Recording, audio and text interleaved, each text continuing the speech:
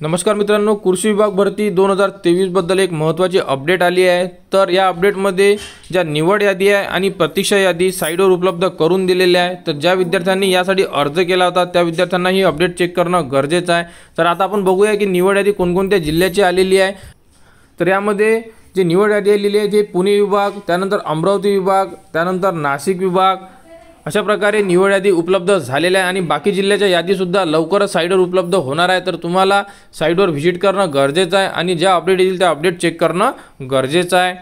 तर बघा, अशा प्रकारे ज्या यादी आहे ह्या साइटवर उपलब्ध झालेल्या आहे। जर तुम्ही या जिल्ह्यासाठी अर्ज केला असेल तर तुम्हाला ही यादी चेक करणं गरजेचं आहे। यामध्ये वेटिंग लिस्टसुद्धा उपलब्ध झालेली आहे।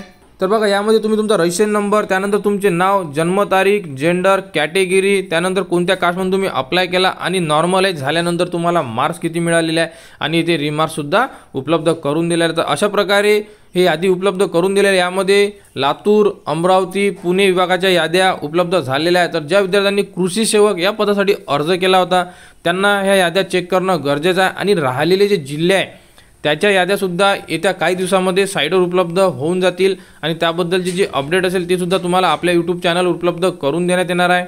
तर कृषी विभाग भरती म्हणजे कृषी सेवक या पदाच्या याद्या उपलब्ध झालेल्या आहे।